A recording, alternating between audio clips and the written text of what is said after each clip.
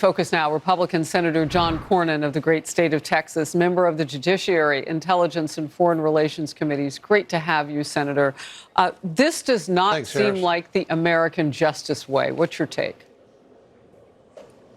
Well, in America, no one is above the law, including public officials and judges. And I say that as a former Texas state judge myself for 13 years. So this is pretty egregious stuff. I mean, obviously, President Trump is following through on his campaign promise, and for which he received a mandate on November the 5th to enforce our immigration laws. And I support that wholeheartedly. And if it means that people, including elected officials like judges, are obstructing the law and obstructing that process, they should be investigated and they should be prosecuted. And so this sounds like a case of misplaced sympathy by those who are somehow saying the judge is being treated unfairly. Either that or everybody's running for office now, including that judge. I really can't tell the difference. But I thought Byron York's new column put it this way. I thought this was a great question, Senator. Will Judge Dugan become the next hero of the resistance? I mean, basically, she becomes a protester in all of this.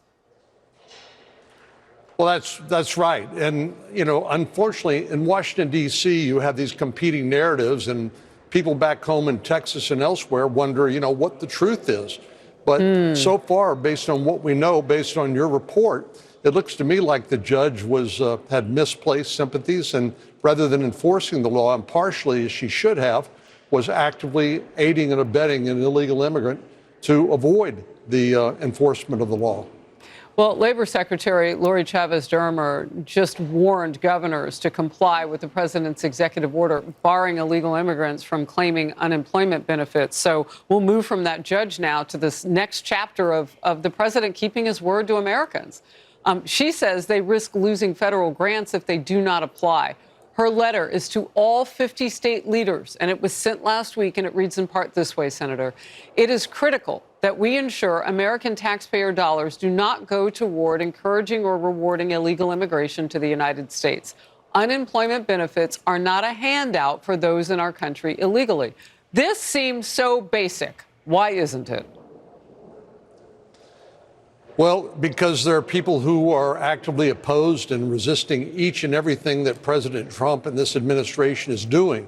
And again, Harris, this is a mandate by the voters on November the 5th. And I think Democrats aren't doing themselves any favor by resisting even common sense measures like this. They are in complete disarray because even people who might be inclined to their point of view have to admit they just have gone way too far. And so I think they're digging their own political grave.